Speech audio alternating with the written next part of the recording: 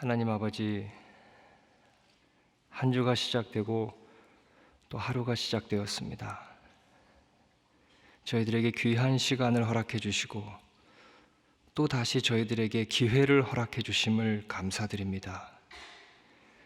어제의 예배와 안식을 통해 저희들의 영혼을 정화시켜 주시고 저희들의 무의식 저편에 머물러 있던 은혜들을 끌어올려 주심을 감사드립니다. 잊고 지내고 있던 것들에 대해서 의식할 수 있게 해주셔서 감사드리고, 모른 척 눈 감고 지나갔던 부분에 대해서도 또다시 생각할 기회를 허락하여 주심을 감사드립니다.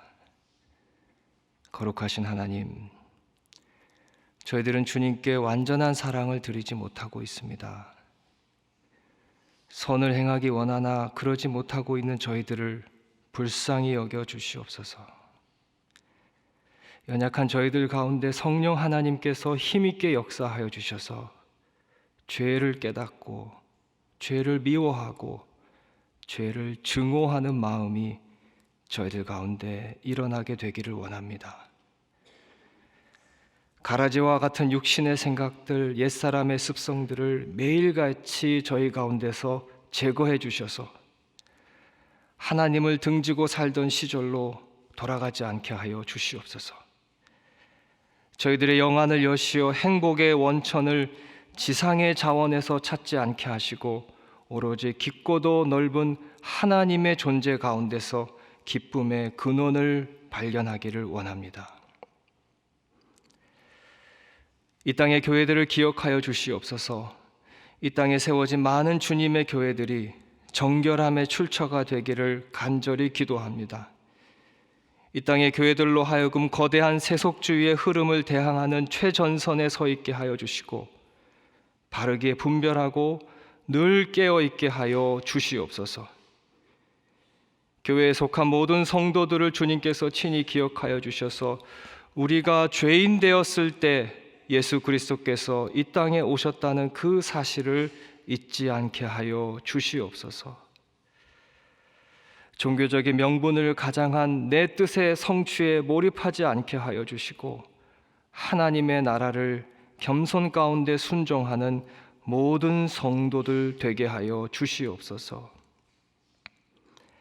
변화된 교회와 성도들을 통해서 이 나라가 바르게 세워지기를 기도합니다. 막연한 유토피아적인 이상사회가 아니라 하나님의 질서 위에 이 나라의 근간이 세워져야 될 줄로 믿습니다. 이 땅의 지도자들을 깨워주시고 숨겨져 있던 보석과 같은 자들을 주님께서 친히 일으켜 세워 주시옵소서. 황폐하고 절망적인 이스라엘 가운데 주님께서 남은 자들을 두시고 그들을 사용하신 것처럼 주님께서 이 시대에 예비한 사람들이 있을 줄로 믿습니다. 그들을 부르시고 그들을 사용하여 주시옵소서. 이 시간 간절히 바라옵기는 우리의 자녀들, 다음 세대들이 하나님 앞으로 나와 철저하게 무릎 꿇게 되기를 기도합니다. 우리의 자녀들을 세상의 문화와 세상의 유혹으로부터 지켜주시고 바른 성경적 가치관 위에 서 있게 하여 주시옵소서. 주님께서 친히 그 인생의 조율사가 되어 주셔서 인간의 참된 속성을 바로 깨닫게 하시고 이 현실의 비정상성을 직시하고 올바르게 고쳐갈 수 있는 주님의 선한 도구들이 되게 하여 주시옵소서. 특별히 지난주에 큰 시험을 마친 수험생들에게 결과를 겸허히 수용할 수 있는 마음 허락해 주시고 정직하게 그 현실을 대면할 수 있는 용기를 허락하여 주시옵소서. 하나님, 오늘도 육체의 연약함으로 말미암아 주님의 도움을 구하는 이들을 기억해 주시기 원합니다. 하나님을 향한 그들의 마음이 전심이 되게 하시고 유일한 도움이신 하나님만을 의지하게 하여 주시옵소서. 주 하나님께서 친히 치유의 은혜를 내려주실 줄로 믿습니다. 특별히 환자들을 곁에서 돌보는 가족들을 위해서도 기도합니다. 긴 병치레로 인해 몸과 마음이 지쳐 있을 가족들을 주님께서 친히 위로해 주시고 이 시간 그 마음을 어루만져 주시옵소서. 특별히 치매에 걸리신 부모를 돌보는 자녀들의 마음을 헤아려 주시기를 원합니다. 부모를 향한 마음이 흐트러지지 않게 하여 주시옵소서. 부모를 공경하라는 하나님의 그 말씀을 붙잡고 공경하는 마음, 애틋한 심정이 잘 유지될 수 있도록 주님께서 도와주시기를 간절히 기도합니다. 오늘 수술을 받으시는 고령의 어머니를 위해서 간절히 기도하는 손길이 있습니다. 지난주에도 넘어지셔서 오른쪽 쇄골뼈까지 골절이 된 상황입니다. 수술의 모든 과정을 주님께서 친히 붙잡아 주시고 이후의 모든 회복의 과정 중에도 주님께서 친히 역사하여 주시옵소서. 오늘도 주님의 말씀 앞으로 나아갑니다. 말씀을 통하여 우리의 영이, 우리의 생각이 새로워지게 하여 주시옵소서. 생각의 틀을 바꿔주시고 태도와 자세가 달라지는 기적이 주님의 말씀 앞에서 일어나게 하여 주시옵소서. 감사를 드리며 우리 구주 예수 그리스도의 이름으로 간절히 기도합니다. 아멘. 오늘 하나님께서 우리에게 주신 말씀은 시편 55편의 말씀입니다. 시편 55편 1절로 23절까지입니다.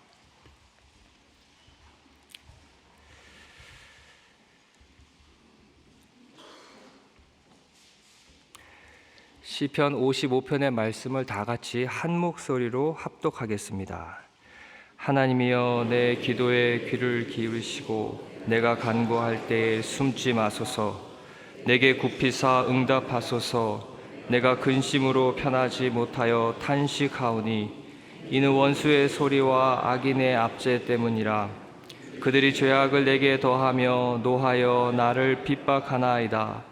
내 마음이 내 속에서 심히 아파하며 사망의 위험이 내게 이르렀도다.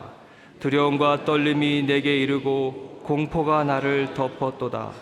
나는 말하기를 만일 내게 비둘기같이 날개가 있다면 날아가서 편히 쉬리로다. 내가 멀리 날아가서 광야에 머무르리로다. 내가 나의 피난처로 속히 가서 폭풍과 광풍을 피하리라 하였도다. 내가 성내에서 강포와 분쟁을 보았사오니 주여 그들을 멸하소서. 그들의 혀를 잘라버리소서. 그들이 주야로 성벽에 두루 다니니 성중에는 죄악과 재난이 있으며 악독이 그 중에 있고 압박과 속임수가 그 거리를 떠나지 아니하도다. 나를 책망하는 자는 원수가 아니라 원수일진데 내가 참았으리라. 나를 대하여 자기를 높이는 자는 나를 미워하는 자가 아니라 미워하는 자일진데 내가 그를 피하여 숨었으리라. 그는 곧 너로다. 나의 동료, 나의 친구요, 나의 가까운 친으로다. 우리가 같이 재미있게 의논하며 무리와 함께하여 하나님의 집 안에서 다녔도다. 사망이 갑자기 그들에게 임하여 산채로 수월에 내려갈지어다. 이는 악독이 그들의 거처에 있고 그들 가운데 있음이로다. 나는 하나님께 부르짖으리니 여호와께서 나를 구원하시리로다. 저녁과 아침과 정오에 내가 근심하여 탄식하리니 여호와께서 내 소리를 들으시리로다. 나를 대적하는 자 많더니 나를 치는 전쟁에서 그가 내 생명을 구원하사 평안하게 하셨도다. 옛부터 계시는 하나님이 들으시고 그들을 낮추시리이다. 그들은 변하지 아니하며 하나님을 경외하지 아니함이니이다. 그는 손을 들어 자기와 화목한 자를 치고 그의 언약을 배반하였도다. 그의 입은 우유 기름보다 미끄러우나 그의 마음은 전쟁이요 그의 말은 기름보다 유하나 실상은 뽑힌 칼이로다. 내 짐을 여호와께 맡기라. 그가 너를 붙드시고 의인의 요동함을 영원히 허락하지 아니하시리로다. 하나님이여 주께서 그들로 파멸의 웅덩이에 빠지게 하시리이다. 피를 흘리게 하며 속이는 자들은 그들의 날에 반도 살지 못할 것이나 나는 주를 의지하리이다. 아멘. 오늘 시편의 주된 인물은 이스라엘의 위대한 왕 다윗입니다. 구약의 역사서를 보면 이스라엘의 왕들을 평가할 때 자주 등장하는 표현들이 있습니다. 각 왕들이 어떠어떠하다라는 내용을 기술한 뒤에 그 마지막 대목에 이런 표현들이 자주 등장합니다. 다윗의 모든 행위와 같이 정직하게 행하였다. 내지는 그의 조상 다윗과 같지 아니하였으며 라는 표현들이 자주 반복되고 있는 것을 볼 수 있습니다. 그러니까 한 왕이 잘한 왕이냐 못한 왕이냐를 평가할 때에 다윗이 그 기준이 되고 있다는 것입니다. 대단한 것입니다. 굉장한 것입니다. 그러나 그런 다윗이지만 한 인간으로서 다윗의 삶은 어찌 보면 여기에 있는 우리들과 크게 다른 것 같지 않습니다. 다윗이 처음부터 잘한 것이 아니었습니다. 또 그가 늘 승승장구한 것도 아니었고 늘 잘한 것도 아니었습니다. 하나님께서 그를 조금씩 만들어 가셨습니다. 조금씩 하나님의 방법대로 만들어 가셨습니다. 그의 인생 전반부에는 골리앗과 사울과 같은 외부의 적들이 그를 둘러싸고 그를 위기의 국면으로 몰고 갔습니다. 사람이 이런 류의 위기에 고난을 겪게 되면 배우는 것이 있습니다. 그것이 뭐냐면 중요한 것과 중요하지 않은 것이 무엇인지를 알게 됩니다. 고난을 겪기 전에는 내가 생각했을 때 이게 중요하다고 알았는데 고난을 겪고 나니 그게 아니었구나. 진짜 중요한 것은 다른 것이었구나를 알게 되는 것이죠. 다윗도 그의 인생 전반부의 고난을 통해서 아마도 이런 류의 깨달음을 얻게 되었을 것입니다. 그런데 인생 후반부에 가서는 그를 둘러싼 위기의 국면이 조금은 다른 형태로 전개가 되는 것을 알 수 있습니다.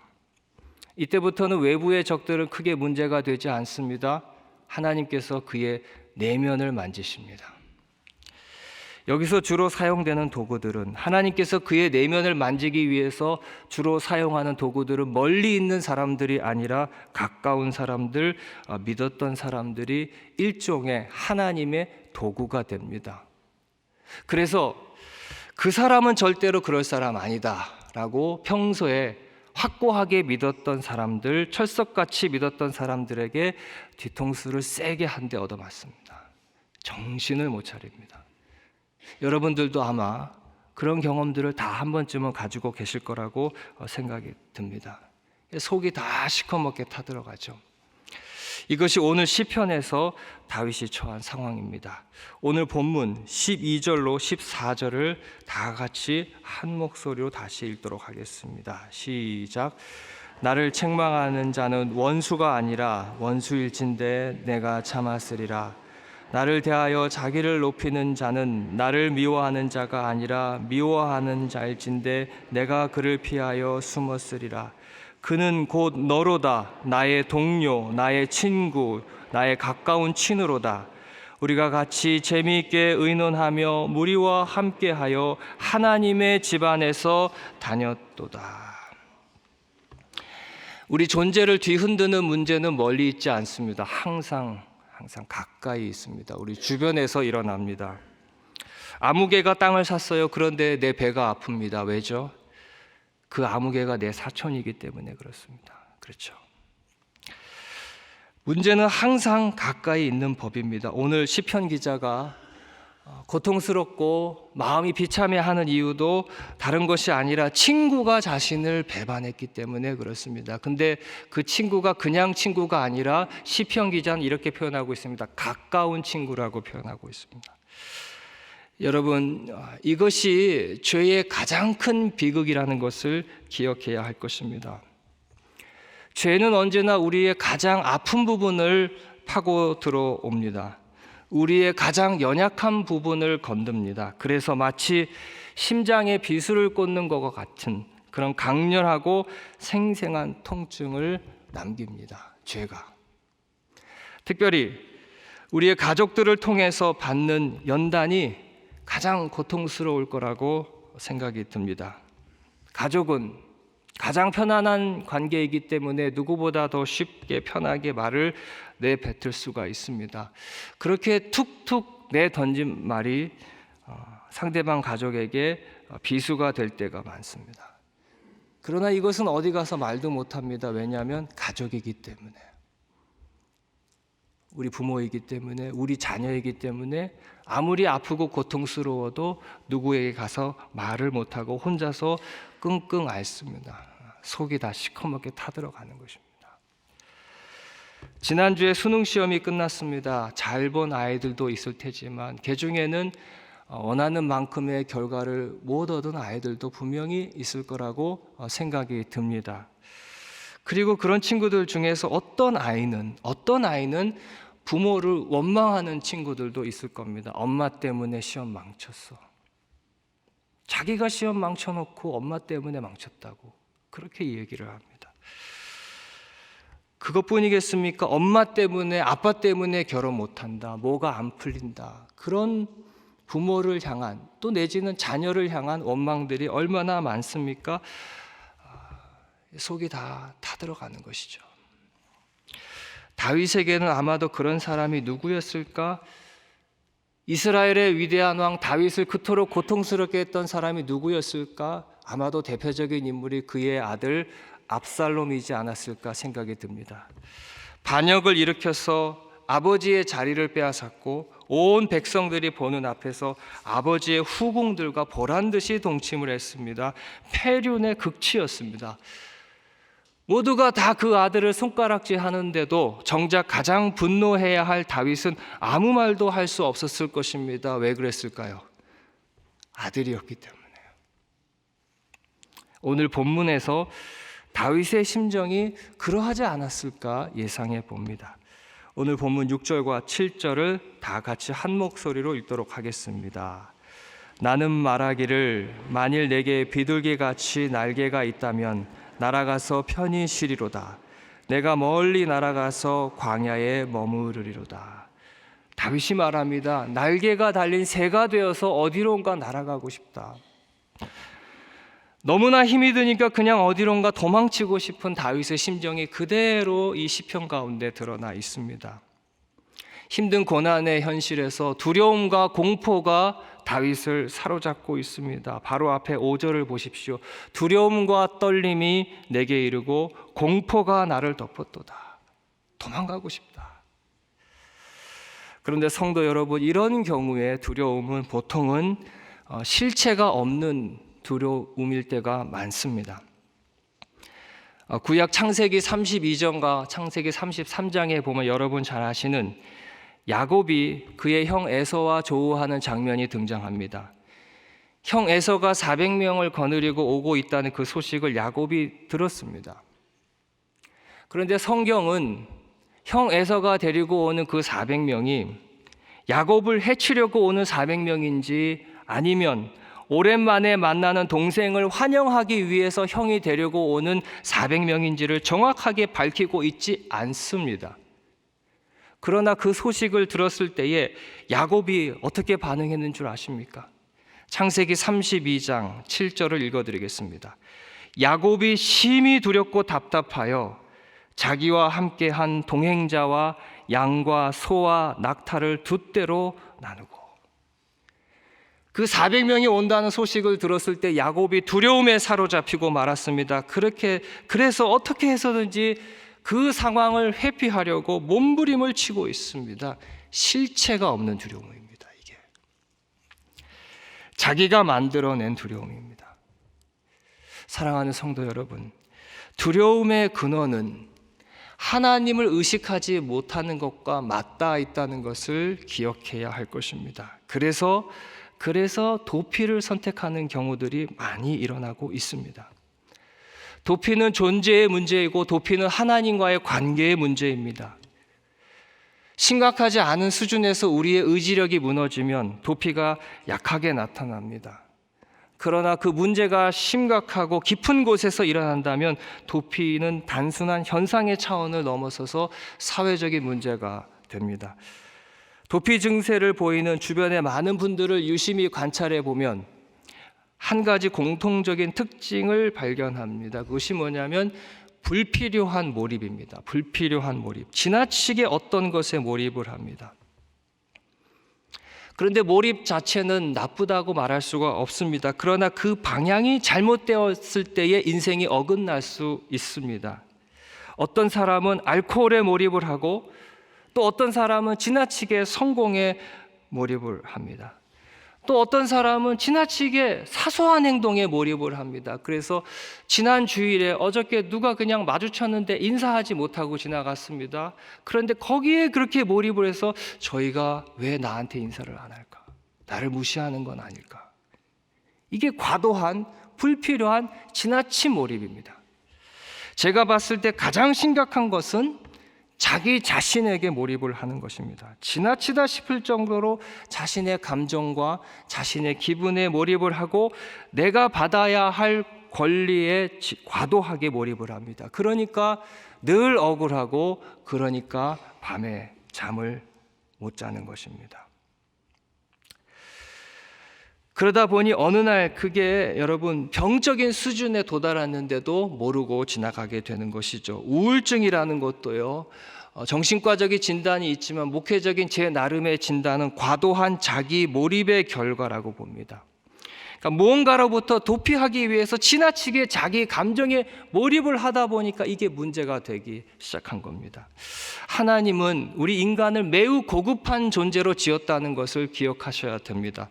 사람은 자신의 삶을 자기의 것으로만 채우고 그렇게만 살아갈 수가 없도록 하나님께서 지으셨습니다. 이건 아주 저급한 삶입니다. 하나님이 그렇게 만들지 않았습니다. 하나님이 그렇게 만들지 않았는데 자꾸 사람들이 그렇게 살려고 애를 쓰니까 병이 나는 것입니다.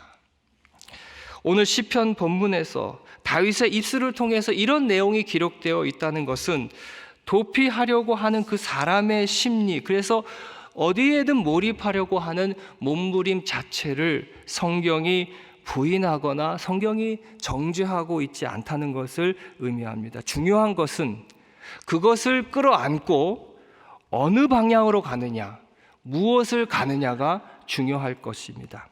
오늘 본문 22절로 23절을 다 같이 한 목소리로 크게 읽도록 하겠습니다.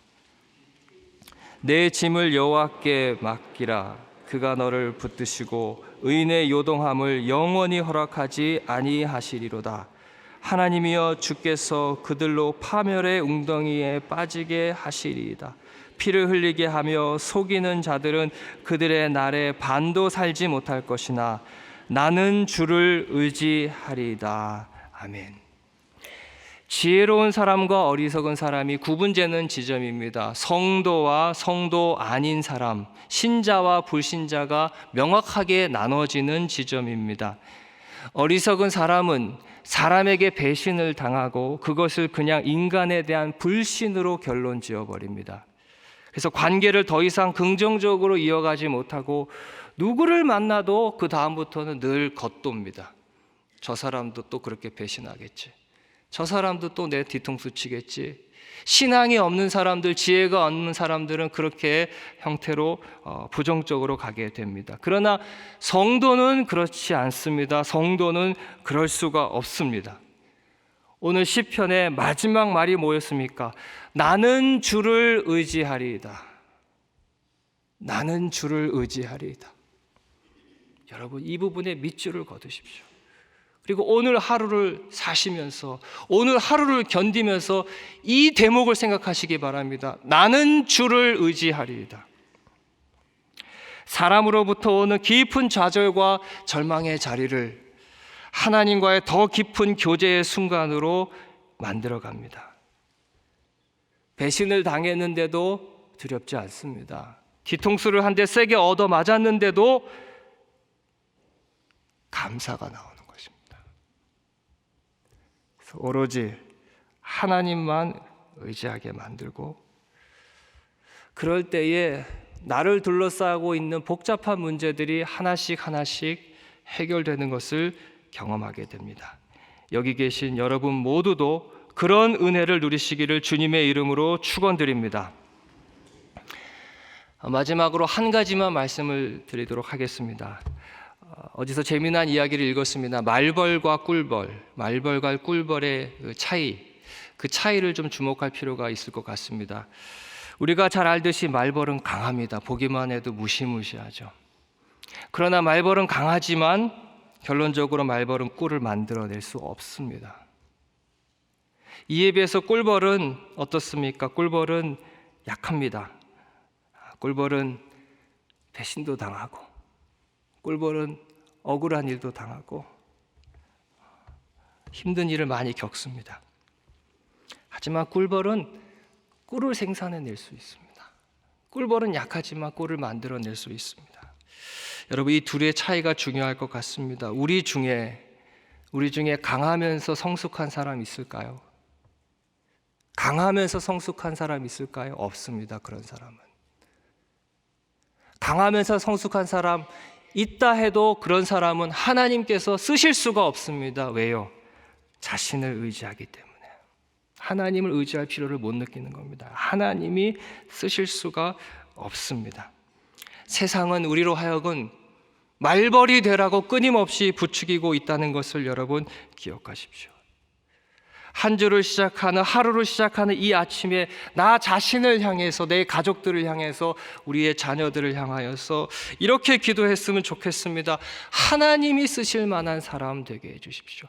하나님 보시기에 하나님이 쓰실 만한 사람 되게 해주십시오. 그 사람이 어떤 사람인가? 오늘 시편의 말씀으로 여러분들께 들려드리면, 중요한 순간에, 어려운 순간에 하나님을 의지하는 사람입니다. 나는 주를 의지하리이다. 함께 기도하겠습니다. 하늘에 계신 우리 아버지, 아버지의 이름을 거룩하게 하시며 아버지의 나라가 오게 하시며 아버지의 뜻이 하늘에서와 같이 땅에서도 이루어지게 하소서. 오늘 우리에게 일용할 양식을 주시고 우리가 우리에게 잘못한 사람을 용서하여 준 것 같이 우리 죄를 용서하여 주시고 우리를 시험에 빠지지 않게 하시고 악에서 구하소서. 나라와 권능과 영광이 영원히 아버지의 것입니다.